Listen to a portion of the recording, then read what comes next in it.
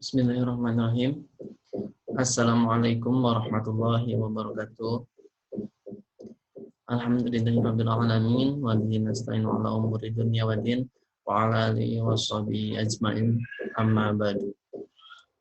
Puji dan syukur hak Allah Subhanahu wa taala yang mana atas berkat rahmat dan karunia-Nya sampai saat ini masih memberi kesehatan dan kekuatan di tengah suasana Ramadan, di akhir Ramadan ini.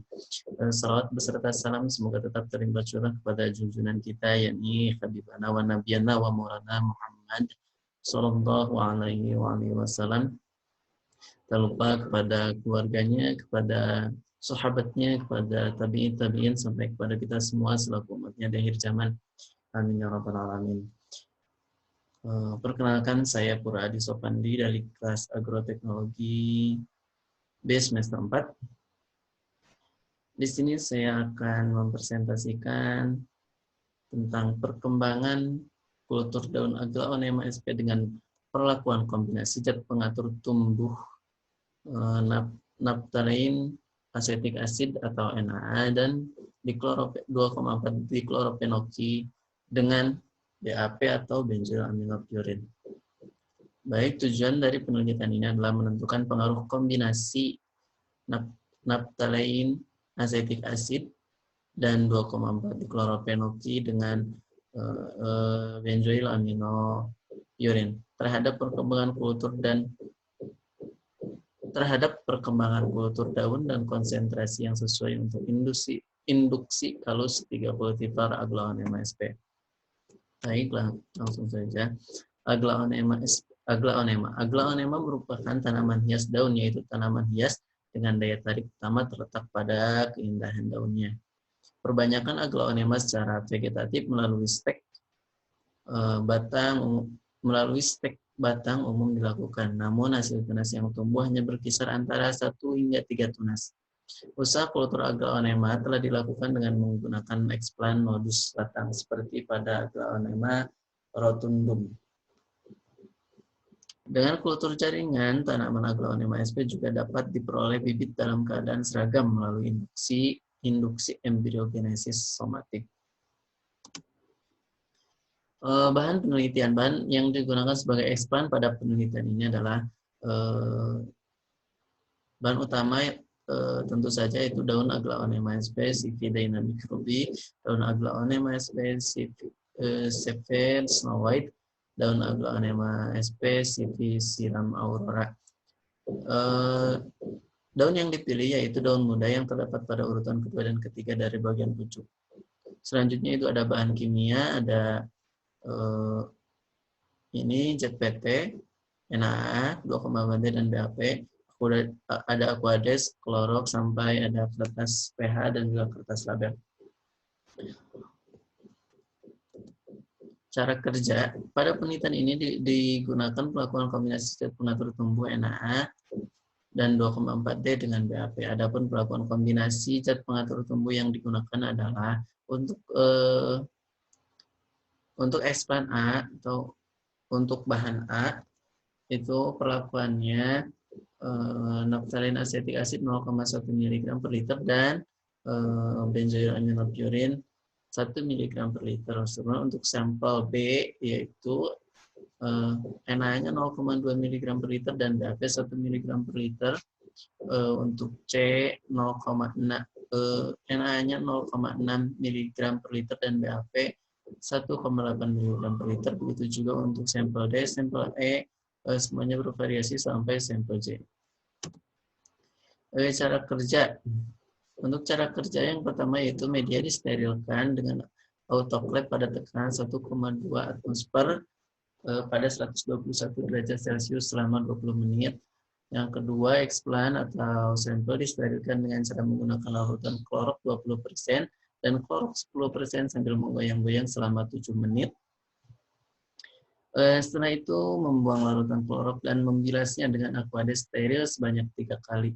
Explant steril ditanam di media sesuai perlakuan kultur diinkubasi pada ruang inkubasi dengan suhu kamar dalam keadaan terang. Selanjutnya setiap minggu diamati perkembangannya. Baik, ini adalah sampel A sampai sampel H. Gambar 1. Tahapan perkembangan kultur daun Aglaonema sp. Yang A itu masih di tahap 1, yang B tahap 1, yang C tahap 2A, yang D tahap 2B, yang E tahap 2C, yang F tahap 3A, yang G tahap 3B, dan H tahap 4. Kita lihat ini adalah tabel tahapan perkembangannya. Tadi tahapannya tahap 0 expand daun belum ada perkembangan, permukaan expand daun rata, warna expand daun tetap belum terbentuk halus, tepi expand daun berwarna coklat. Pada tahap 1, expand daun sedikit melengkung dengan sudut kemiringan 0 sampai 30 derajat Celcius.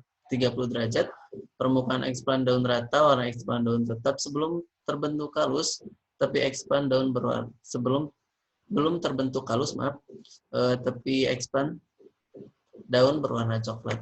Sementara untuk tahap 2A, expand daun melengkung 30-90 derajat, warna expand daun tetap, belum terbentuk halus, permukaan expand daun rata. Begitu juga selanjutnya, di setiap tahapan ini terjadi perbedaan-perbedaan. Sampai tahap 4, expand daun melengkung lebih dari atau sama dengan 90 derajat Celcius atau hampir menggulung kalau pada daun. Warna daun tetap, bagian tengah daun berwarna hijau, coklat atau kuning. Kita lihat yang H itu tahap 4, daunnya sudah melengkung lebih dari atau sekitar 90 derajat ya, atau lebih mungkin. Bagian tengah daunnya berwarna hijau, coklat atau kuningnya. Selanjutnya, perkembangan expand daun selama 8 minggu masa kultur. Nah, ini adalah bagan pada perlakuan sampel pada umur 8 minggu. Bisa dilihat sampel A untuk Aglaonema spesifis siram aurora udah memasuki tahap 3A. Untuk Snow White, Aglaonema Snow White itu tahapnya 2A, Aglaonema sp. Diana microbi pada tahap 2B. Kalau kita lihat di sini yang paling cepat itu untuk sampel A pada Aglaonema siram aurora, dan sampel H pada Snow White, dan sampel E pada Aglaonema sp. CV Dynamic Ruby.